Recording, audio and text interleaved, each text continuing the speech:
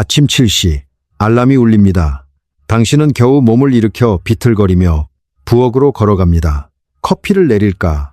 주스를 한 잔 마실까? 아니면 아직 배가 고프지 않으니 그냥 굶을까?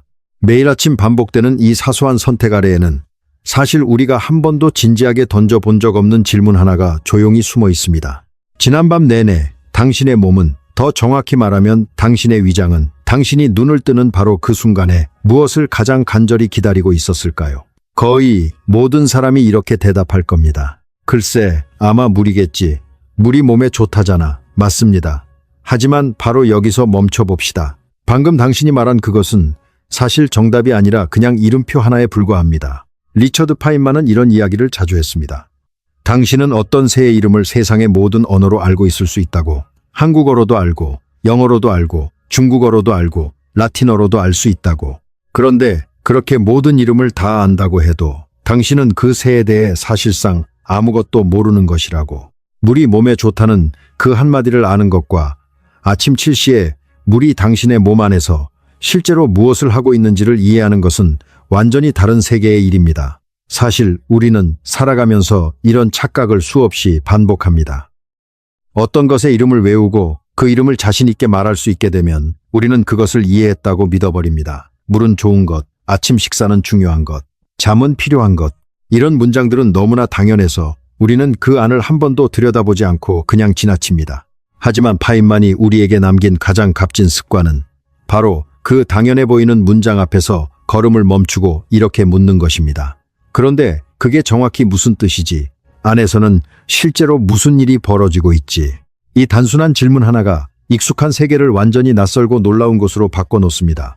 그리고 오늘 이 이야기의 제목에는 작은 함정이 하나 숨어 있습니다.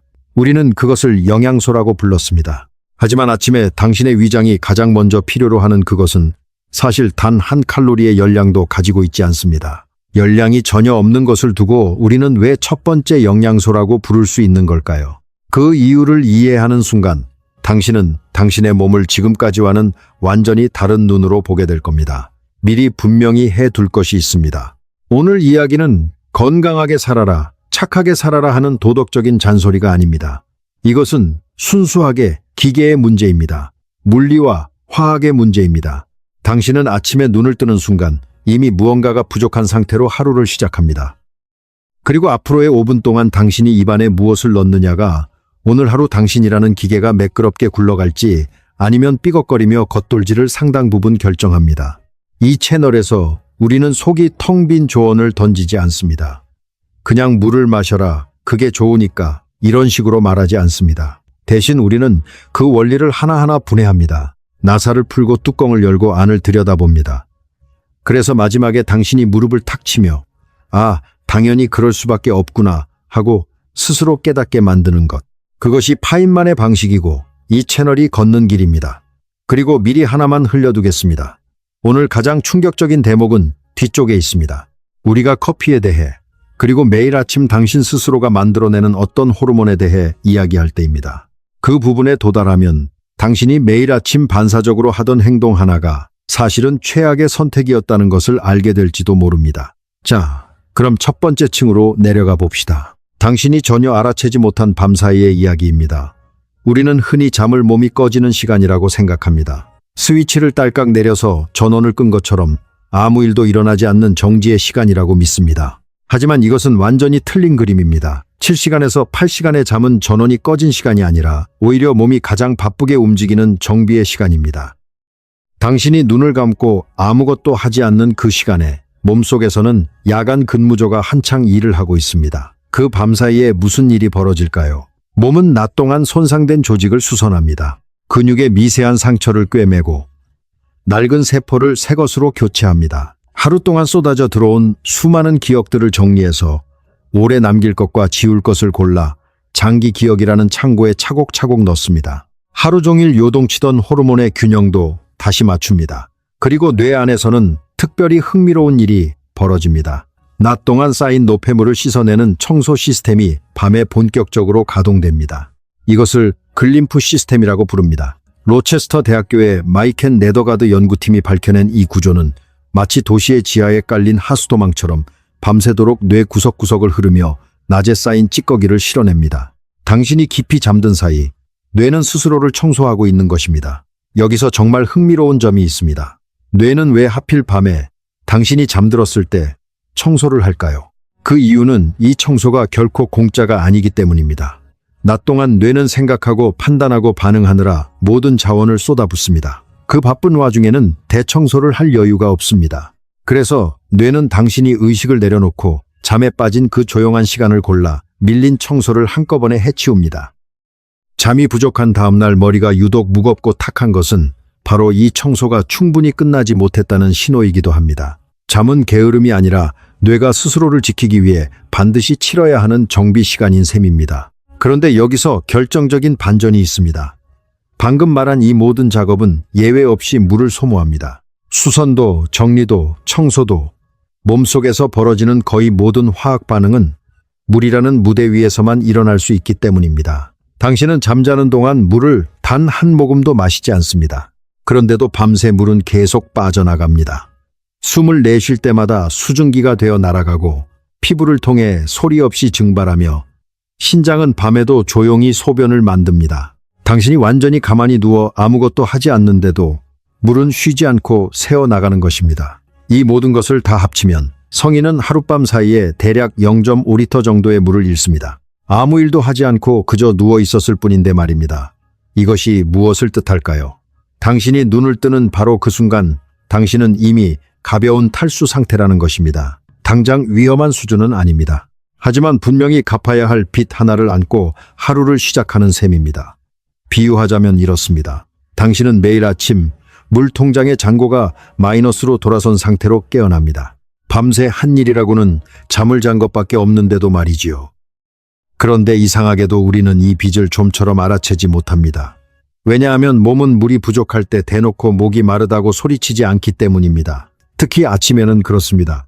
밤새 갈증 신호를 담당하는 기능마저 조금 무뎌져 있어서 정작 물이 가장 필요한 그 순간에 우리는 목마름을 거의 느끼지 못합니다. 그래서 많은 사람들이 자신이 탈수 상태라는 것조차 모른 채 그 빚을 그대로 안고 하루를 시작합니다. 배가 고프지 않다고 몸이 멀쩡한 것이 아니듯 목이 마르지 않다고 물이 충분한 것도 결코 아닙니다.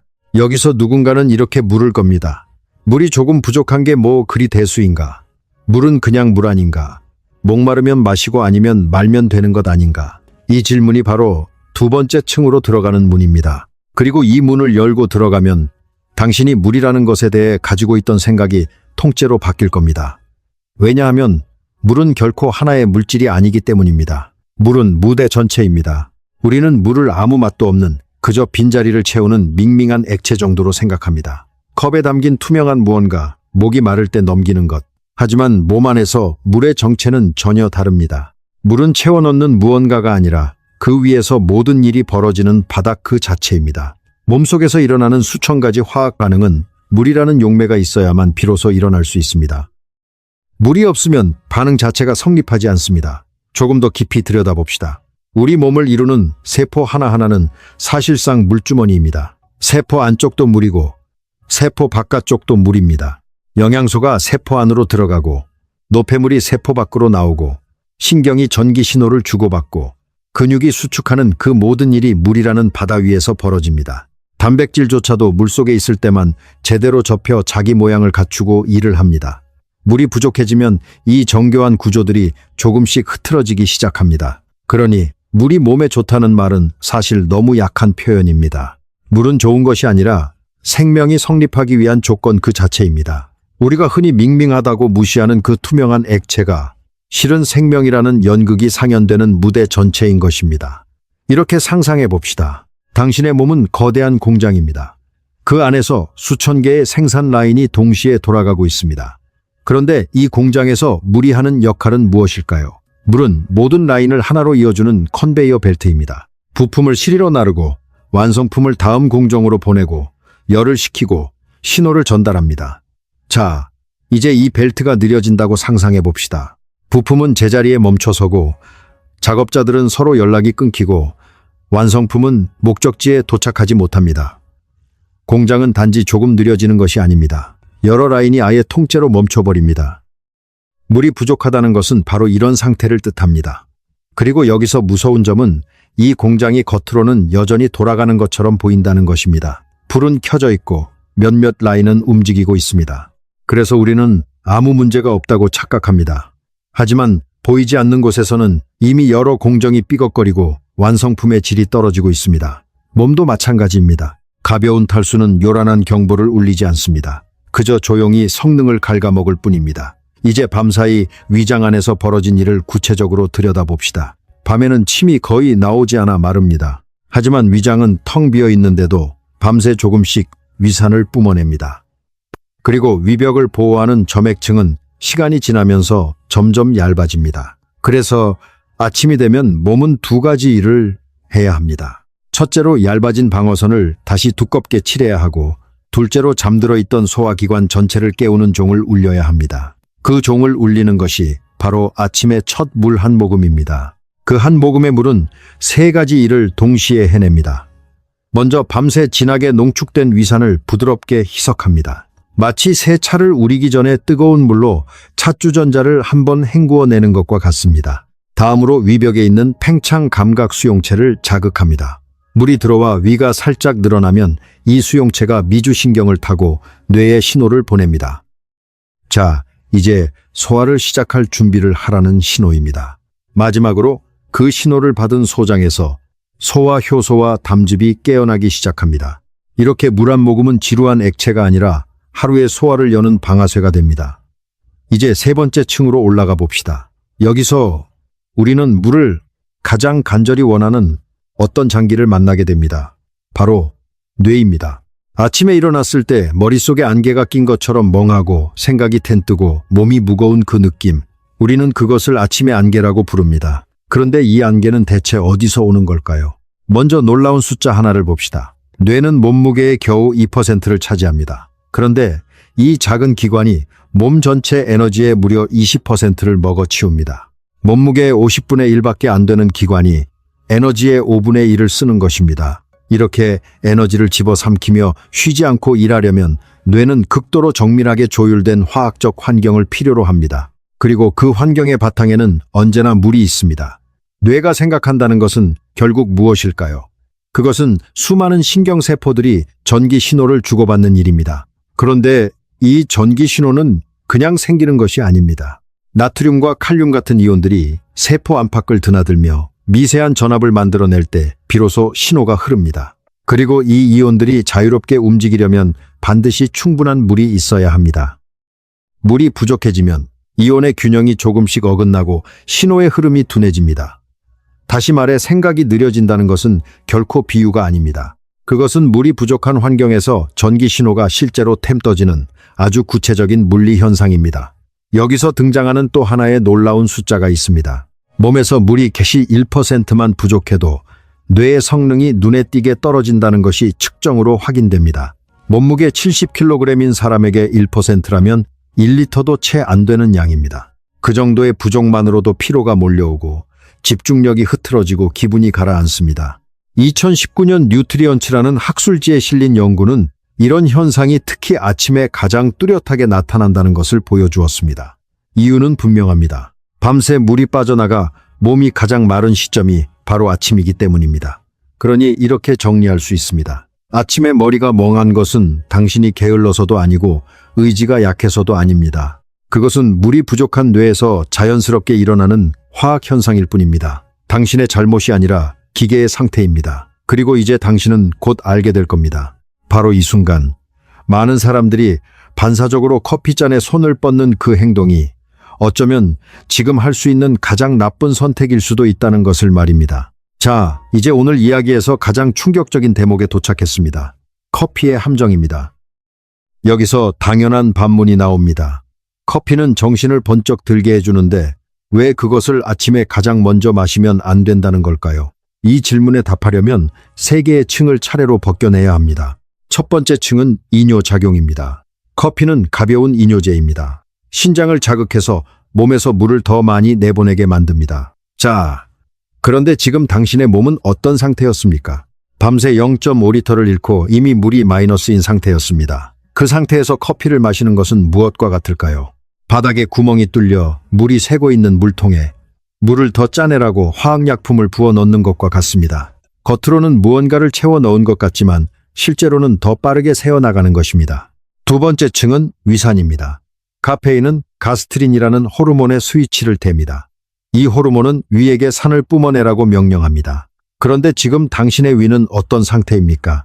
텅 비어 있고 밤새 산이 진하게 농축되었으며 방어용 점액층은 얇아진 상태입니다. 바로 그 위에 산을 더 부으라는 명령이 떨어지는 것입니다. 그래서 많은 사람들이 빈속에 커피를 마시면 속이 쓰리고 화끈거리는 느낌을 받습니다. 모든 사람이 다 그런 것은 아닙니다. 하지만 이 기계는 바로 그렇게 작동하도록 설계되어 있습니다. 세 번째 층이 진짜 반전입니다. 코르티솔이라는 호르몬입니다. 우리는 흔히 코르티솔을 스트레스 호르몬이라고만 알고 있습니다. 하지만 그것은 코르티솔의 절반짜리 이름표에 불과합니다. 코르티솔의 더 중요한 정체는 잠을 깨우고 에너지를 동원하는 각성 호르몬이라는 것입니다. 잠에서 깬 뒤 대략 30분에서 45분 사이에 당신의 몸은 스스로 코르티솔을 최고치까지 끌어올립니다. 이 호르몬은 간에서 포도당을 끌어내고 면역 체계를 가동하며 당신을 또렷하게 깨워 하루를 맞이할 준비를 시킵니다. 다시 말해, 당신의 몸은 아침마다 스스로 천연 각성제를 만들어내고 있는 것입니다. 여기서 카페인이 실제로 무슨 일을 하는지 알면 그림이 더 선명해집니다. 우리가 깨어있는 동안 뇌 속에는 아데노신이라는 물질이 조금씩 쌓입니다. 이 물질은 일종의 피로 신호입니다. 아데노신이 많이 쌓일수록 뇌는 이제 슬슬 쉬어야 한다고 느낍니다. 그런데 카페인은 아데노신이 앉을 자리에 대신 끼어 앉아 그 피로 신호가 뇌에 전달되지 못하도록 막아버립니다. 카페인은 당신에게 없던 에너지를 새로 만들어주는 것이 아니라 다만 피곤하다는 신호를 잠시 가려주는 것입니다. 여기까지만 봐도 우리는 카페인의 정체를 훨씬 정확하게 이해하게 됩니다. 그것은 각성제라기보다 피로를 가리는 가면에 가깝습니다. 그리고 여기서 많은 사람들이 놓치는 결정적인 지점이 나옵니다. 카페인과 코르티솔은 사실상 같은 각성 스위치를 누릅니다. 그렇다면 코르티솔이 이미 천장을 치고 있는 바로 그 시각에 커피를 마시면 어떻게 될까요? 그것은 엔진이 이미 최대 출력으로 굉음을 내며 돌아가고 있는데 거기에 엑셀을 한 번 더 힘껏 밟는 것과 같습니다. 결과는 또렷한 정신이 아닙니다. 심장이 쿵쾅거리고 까닭없이 초조하고 손이 미세하게 떨리는 상태입니다. 바로 이런 이유로 스탠퍼드의 앤드루 휴버먼 같은 몇몇 전문가들은 아침에 첫 커피를 잠에서 깬 뒤 90분에서 120분 정도 뒤로 미루라고 제안합니다. 하지만 여기서 파인만의 정신에 따라 정직하게 짚고 넘어가야 할 것이 있습니다. 방금 이야기한 커피 타이밍은 코르티솔과 아데노신이라는 물질의 작동 원리에서 이끌어낸 추론입니다. 아직 대규모 임상시험으로 확실히 증명된 사실은 아닙니다. 그러니 이것을 두고 과학이 이미 증명했다는 식으로 부풀려서는 안 됩니다. 우리는 그럴듯한 원리와 확실한 증거를 언제나 분명히 구분해야 합니다. 이것이 파인만이 평생 지켰던 태도입니다. 아는 것과 안다고 믿는 것을 혼동하지 않는 것, 그리고 커피를 사랑하는 분들이 서운해하지 않도록 분명히 해두겠습니다. 우리는 커피를 나쁘다고 말하는 것이 결코 아닙니다. 카페인은 지구상에서 가장 철저하게 연구된 각성 물질입니다. 우리는 커피를 끊으라는 것이 아닙니다. 다만 그 첫 모금을 15분에서 30분 정도만 뒤로 미루고 그 자리를 물 한 잔에게 잠시 양보하자는 것입니다. 아주 작은 변화입니다. 하지만 그 작은 변화 뒤에는 지금까지 우리가 살펴본 하나의 기계적 원리가 통째로 자리 잡고 있습니다. 그리고 이것이야말로 우리가 이 채널에서 늘 강조하는 지점입니다. 우리는 커피를 마시라거나 마시지 말라고 명령하지 않습니다. 다만 당신의 몸속에서 커피가 실제로 무슨 일을 하는지를 보여줄 뿐입니다. 원리를 이해하고 나면 어떻게 할지는 당신 스스로 판단할 수 있습니다. 명령을 따르는 사람과 원리를 이해한 사람의 차이가 바로 여기에 있습니다. 한 사람은 누군가 시키는 대로 움직이고 다른 한 사람은 자기 몸의 주인이 됩니다. 여기서 잠시 멈추고 스스로에게 솔직하게 물어봅시다. 당신이 늘 잠이 부족해서 혹은 아직 커피를 안 마셔서라고 여기던 그 아침의 나른함. 그 중에서 과연 얼마만큼이 사실은 당신의 뇌가 목말라 있어서 생긴 것일까요? 이 질문을 머릿속에 담아 두십시오. 남은 이야기가 그 답을 차근차근 채워줄 테니까요. 우리는 몸이 보내는 신호를 늘 엉뚱한 원인에 갖다 붙이곤 합니다. 목이 마른 것을 배가 고픈 것으로 착각하고 물이 부족한 것을 잠이 부족한 것으로 오해합니다. 그래서 진짜 필요한 것을 건너뛴 채 엉뚱한 해결책에 손을 뻗습니다. 몸의 신호를 정확하게 읽는 법을 배우는 것. 사실 오늘 이야기의 절반은 바로 그것에 관한 것입니다. 이제 5번째 층입니다. 입과 장이 깨어나는 이야기입니다. 여기서 다시 한번 질문을 던져봅시다. 소화는 어디서 시작될까요? 대부분 위장이라고 답할 겁니다. 하지만 틀렸습니다. 소화는 위가 아니라 입에서 시작됩니다. 침은 결코 맹물이 아닙니다. 그 안에는 아밀라아제라는 효소가 들어있어 탄수화물을 잘게 쪼개당으로 바꾸기 시작합니다. 뮤신이라는 단백질이 음식을 매끄럽게 감싸고 점막을 보호하는 물질과 세균에 맞서는 항체까지 들어있습니다. 이 정교한 침이 잘 나오느냐 마느냐는 몸속 물의 양에 달려 있습니다. 그런데 아침에 눈을 뜨면 입안이 바싹 말라 있습니다. 이것은 곧 소화의 첫 단계부터 이미 불리하게 출발한다는 뜻입니다. 물 한 잔은 이 마른 입을 다시 적셔 소화의 첫 관문을 정상으로 되돌립니다. 그리고 장으로 내려가면 더 놀라운 사실이 기다립니다. 장은 2번째 뇌라고 불립니다. 장의 벽에는 1억 개가 넘는 신경세포가 촘촘히 박혀 있습니다. 이것을 장신경계라고 부릅니다. 이 신경망은 상당히 독립적으로 정보를 처리하고 미주신경을 통해 뇌와 실시간으로 대화를 주고받습니다. 이 대화의 통로를 장뇌축이라고 부릅니다. 당신의 뱃속에는 사실상 또 하나의 작은 뇌가 들어있는 셈입니다.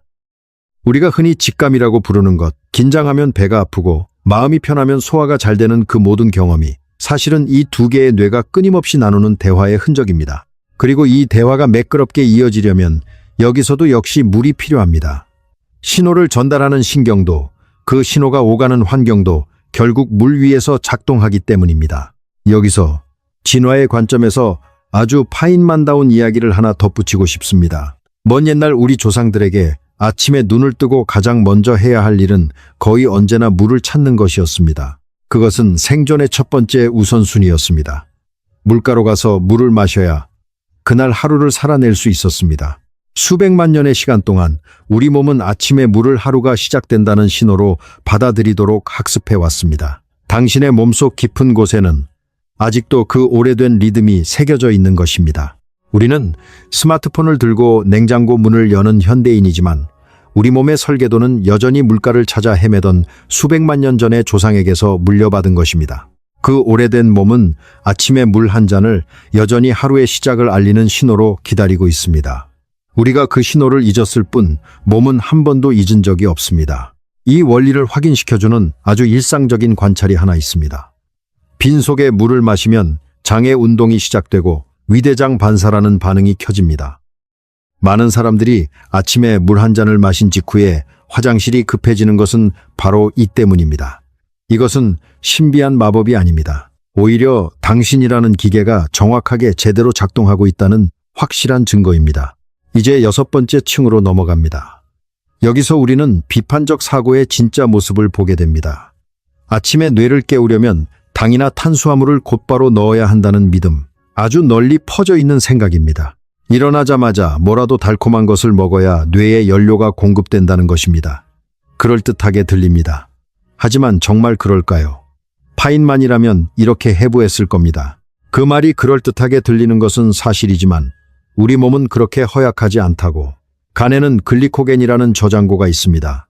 이것은 일종의 예비 배터리입니다. 이 배터리는 밤새도록 꾸준히 포도당을 조금씩 내보내며 당신의 혈당을 안전한 범위 안에 붙들어둡니다. 심각한 병이 있는 경우가 아니라면 이 저장고는 당신이 아침에 눈을 뜨는 순간까지 결코 바닥나지 않습니다. 다시 말해 새벽의 뇌는 굶주려 쓰러지기 직전이 아닙니다. 뇌는 밤새 안정적으로 연료를 공급받고 있었습니다. 그렇다면 결론이 뒤집힙니다. 아침에 진짜로 부족한 것은 당이 아닙니다. 물입니다. 그러니 멍한 머리에 대한 해답은 빵도 아니고 설탕도 아닙니다. 그저 맑은 물 한 잔입니다. 다음에 아침에 머리가 멍하다고 느껴지면 곧바로 혈당이 떨어졌다고 단정하고 먹을 것에 손을 뻗기 전에 먼저 물 한 잔을 천천히 마셔보십시오. 그럴듯하게 들리는 잘못된 믿음을 집어내고 그것을 원리로 조용히 분해하는 것. 이것이 바로 우리가 걸어온 길입니다. 여기서 파인만식 사고의 핵심을 한 번 더 짚고 싶습니다. 어떤 주장이 그럴듯하게 들린다는 것과 그 주장이 사실이라는 것은 전혀 다른 문제입니다.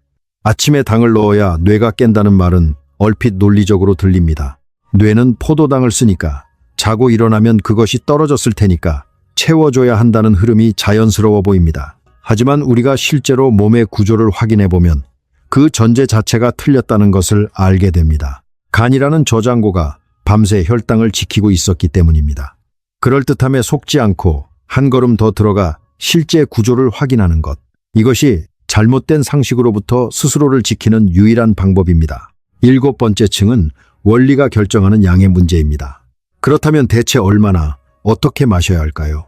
먼저 정직하게 말하겠습니다. 모든 사람에게 통하는 황금 숫자 같은 것은 없습니다. 몸무게에 따라, 활동량에 따라, 날씨에 따라, 식사에 따라 필요한 물의 양은 달라집니다. 어떤 사람에게는 하루 0.5리터가 맞고 어떤 사람에게는 2리터가 맞습니다. 하지만 아침의 목표는 분명합니다.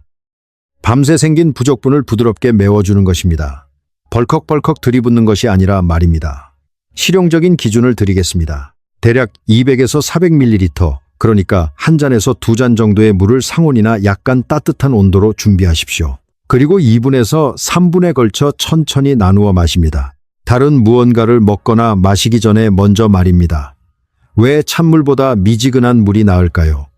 상온이나 따뜻한 물은 위를 더 빨리 통과해 소장에 도달합니다. 소장이 바로 물이 실제로 흡수되는 주된 장소입니다. 그래서 몸을 더 빠르게 적셔주고 장의 운동도 더 잘 자극합니다.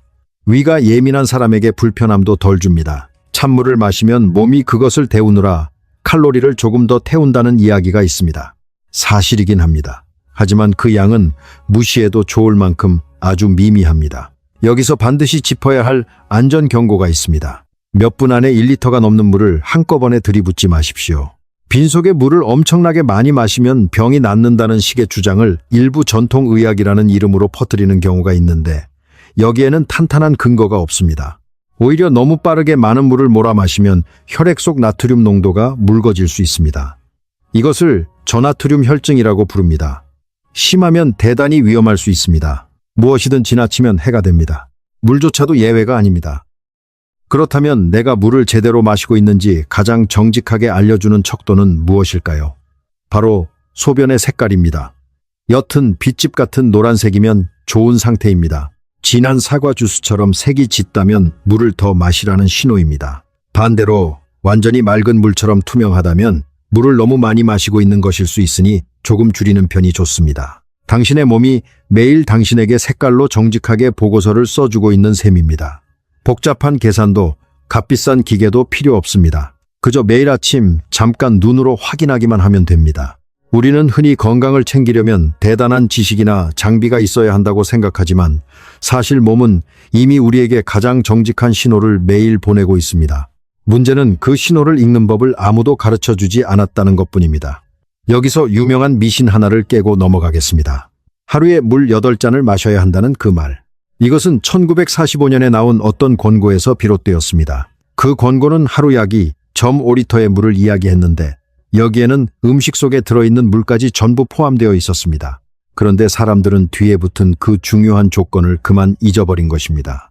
채소와 과일은 원래 70에서 90%가 물입니다. 당신은 마시는 것으로만 물을 채우는 것이 아니라 먹는 것으로도 상당한 물을 얻고 있습니다. 8번째 층은 물에 무언가를 타서 마시는 방법들을 하나하나 검증하는 시간입니다. 빠른 박자로 하나씩 사실 확인을 해봅시다. 먼저 레몬물입니다. 레몬에는 진짜로 비타민C가 들어있습니다. 아침 식사에 다른 비타민C 공급원이 없다면 도움이 될 수 있습니다. 하지만 레몬이 피를 알칼리성으로 바꿔준다는 이야기는 완전히 잘못된 소문입니다. 우리 혈액에는 극도로 강력한 완충 시스템이 있어서 산성도가 소수점 아래 자릿수까지 정확하게 유지됩니다. 레몬 한 조각 따위로는 그 균형이 흔들리지 않습니다. 레몬의 진짜 이점은 따로 있습니다. 물을 더 마시기 좋게 만들어 주어서 결과적으로 물을 더 많이 마시게 된다는 것입니다. 다만 주의할 점이 있습니다. 산은 치아의 범랑지를 갉아먹습니다. 그러니 빨대로 마시거나 마신 뒤에 맹물로 입을 헹구는 것이 좋습니다. 다음은 소금물이나 전해질 음료입니다. 물에 소금을 아주 조금 넣는 것. 그러니까 나트륨과 칼륨과 마그네슘을 약간 더하는 것에는 나름의 생리학적 근거가 있습니다. 전해질은 물이 그냥 위장을 통과해 빠져나가는 대신 조직 안으로 제대로 스며들도록 돕습니다. 땀을 많이 흘리는 사람이나 강도 높은 운동을 하는 사람에게는 합리적인 선택입니다. 하지만 모든 사람에게 반드시 필요한 것은 아닙니다. 세 번째로 요즘 크게 유행하는 사과 식초 이야기입니다. 소화를 돕고 혈당을 낮춰준다는 소문 때문에 인기가 뜨겁습니다. 관련 연구들은 규모가 작고 방법에도 한계가 있습니다. 다만 사과 식초 속의 아세트산이 식후 혈당이 치솟는 것을 다소 완만하게 눌러줄 가능성은 있습니다. 그런데 여기에 결정적인 조건이 붙습니다. 그 효과는 오직 음식과 함께 먹을 때만 나타납니다. 빈속에 그냥 마시면 아무 의미가 없습니다. 게다가 진하게 혹은 너무 많이 마시면 치아의 범랑질과 식도의 점막을 상하게 합니다. 정말 마시고 싶다면 아주 소량을 물에 충분히 희석해서 식사와 함께 드십시오. 절대로 빈속에는 마시지 마십시오. 이렇게 하나씩 원리로 따져보면 우리는 판단을 남에게 맡기지 않고 스스로 가짜 정보에 대한 면역력을 기를 수 있습니다. 판단하지 않고 그저 원리를 비출 뿐. 이것이 파인만의 태도입니다. 세상에는 아침 습관에 대한 조언이 넘쳐납니다. 어떤 것은 좋고 어떤 것은 나쁘다고 저마다 확신에 차서 말합니다. 하지만 우리에게 정말 필요한 것은 어느 조언을 믿을지 고르는 능력이 아니라 어떤 조언이든 그 안을 열어 원리를 확인하는 능력입니다. 원리를 볼 줄 아는 사람에게는 어떤 유행도 함부로 통하지 않습니다. 9번째 층은 긴 시간의 게임입니다. 아침에 물 한 잔은 지금 당장 보면 아주 사소해 보입니다. 하지만 이것을 몇 주, 몇 달 동안 매일 반복하면 무슨 일이 벌어질까요? 조용히 쌓이는 것들의 이야기입니다. 먼저 신장과 결석입니다. 2015년 미국 신장질환 학회지에 실린 한 종합 분석은 물을 충분히 마시면 신장 결석의 위험이 뚜렷하게 줄어든다는 것을 보여주었습니다. 원리는 용해의 법칙만큼이나 단순합니다. 용매가 많을수록 결석을 만드는 성분이 묽어지고 묽어질수록 결정으로 뭉치기 어려워집니다. 물을 많이 마시면 돌이 생길 여지 자체가 줄어드는 것입니다. 다음은 심장과 혈액의 점도입니다. 물이 부족하면 피가 더 끈끈하고 진해집니다. 피가 진해지면 심장은 그것을 밀어내느라 더 힘들게 일해야 합니다. 그런데 하루 중 피가 가장 진한 때가 언제일까요? 밤새 물이 빠져나간 바로 그 아침입니다. 즉 심장의 부담이 가장 큰 순간이 아침인 것입니다. 아침에 물 한 잔은 진해진 피를 다시 묽게 풀어주어 심장이 쓸데없이 무리하지 않도록 덜어줍니다. 하루하루 놓고 보면 이것은 아주 작은 차이입니다. 하지만 심장은 하루도 쉬지 않고 평생 뛰는 기관입니다. 아침마다 반복되는 그 작은 차이가 수십 년 동안 쌓이면 결코 작지 않은 결과가 됩니다. 큰 변화는 언제나 이렇게 사소한 반복 속에 숨어 있습니다. 피부도 마찬가지입니다. 가벼운 탈수가 오래 이어지면 세월이 흐르는 동안 피부의 탄력이 서서히 깎여 나갑니다. 피부는 콜라겐이라는 골격을 세우고 세포를 새로 갈아 끼우는데 물이 필요하기 때문입니다. 물이 무슨 만병통치약은 아닙니다. 하지만 무너져서는 안 되는 기초 공사 같은 것입니다. 장 속 미생물도 물의 영향을 받습니다. 우리 장에는 수천조 마리의 공생 세균이 살고 있습니다. 이들은 비타민 B와 K를 만들고 식이섬유를 발효시키고 염증을 가라앉히고 우리의 면역 체계를 훈련시킵니다. 놀랍게도 이 미생물들에게는 그들만의 생체 리듬이 있습니다. 2016년 세포라는 학술지에 실린 바이츠만 연구소의 연구가 이것을 밝혔습니다. 이 미생물들에게 물은 그들이 일하는 작업장 그 자체입니다. 물이 부족하면 그들을 지켜주는 점액층이 상하고 그들이 사는 환경 전체가 척박해집니다. 마지막으로 변비입니다. 흔한 기능성 변비의 진짜 주범은 대개 은근히 오래 이어지는 만성적인 물 부족입니다.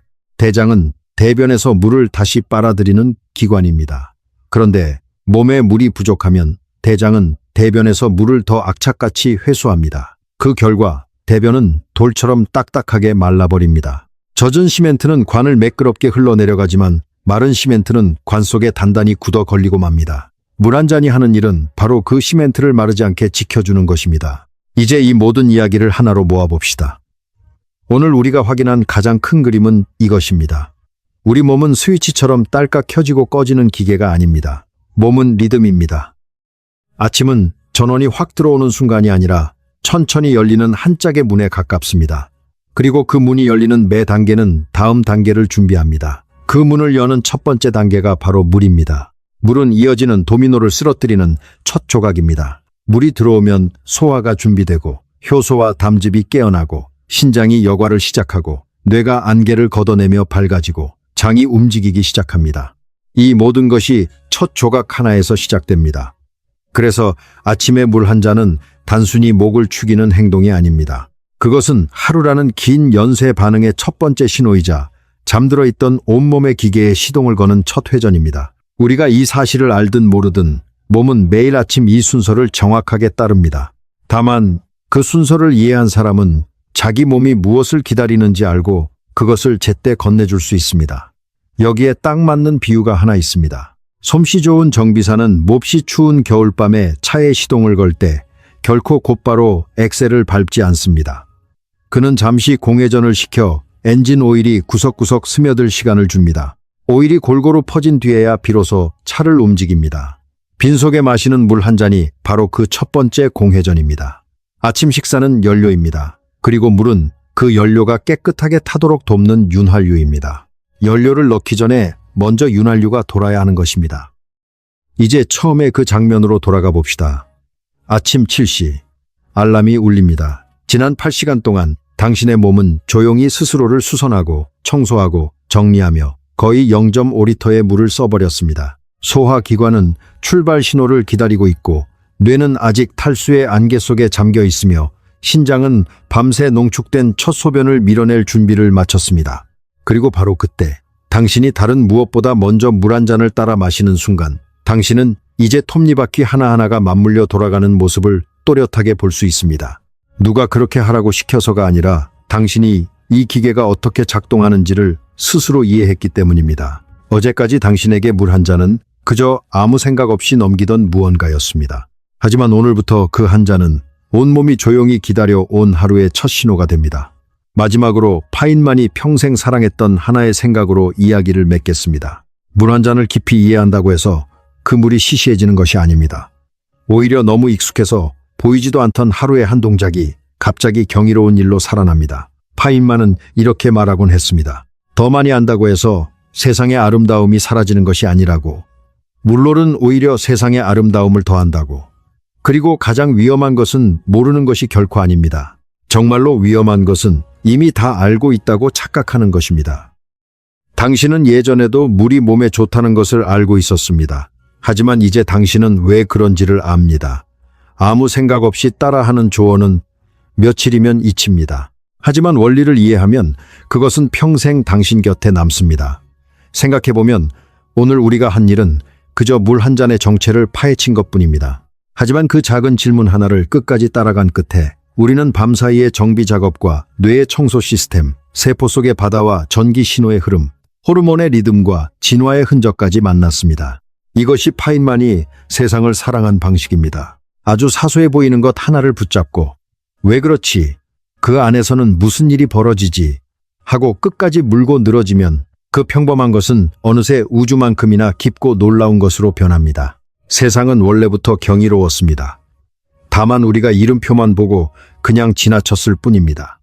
이해한다는 것은 그 경이로움을 되찾는 일입니다. 작은 이해 하나가 차곡차곡 쌓이면 언젠가 당신은 자신의 몸을 남의 말이 아니라 스스로의 눈으로 바라보게 됩니다. 그리고 그것이야말로 무치 우리에게 건네주는 가장 값진 선물일 것입니다. 여기서 한 가지 꼭 당부드릴 것이 있습니다. 만약 당신에게 신장이나 심장, 위장에 문제가 있거나 몸의 수분 균형이나 신장 기능에 영향을 주는 약을 복용하고 있다면 습관을 바꾸기 전에 반드시 먼저 의사와 상의하십시오. 오늘의 이야기는 건강한 성인을 위한 일반적인 안내일 뿐 특정한 환자를 위한 처방이 결코 아닙니다. 이제 당신에게 부탁 하나를 남기고 싶습니다. 댓글로 남겨주십시오. 당신이 늘 궁금했던 과학 질문 하나, 혹은 아무도 그 뿌리까지 제대로 설명해 준 적 없는 일상의 어떤 현상. 가장 좋은 질문은 제가 다음 영상에서 깊이 파고들어 낱낱이 해부해 보겠습니다. 그리고 이런 이야기가 당신의 세상을 조금 더 또렷하게 만들어 준다면 채널을 구독해 주세요.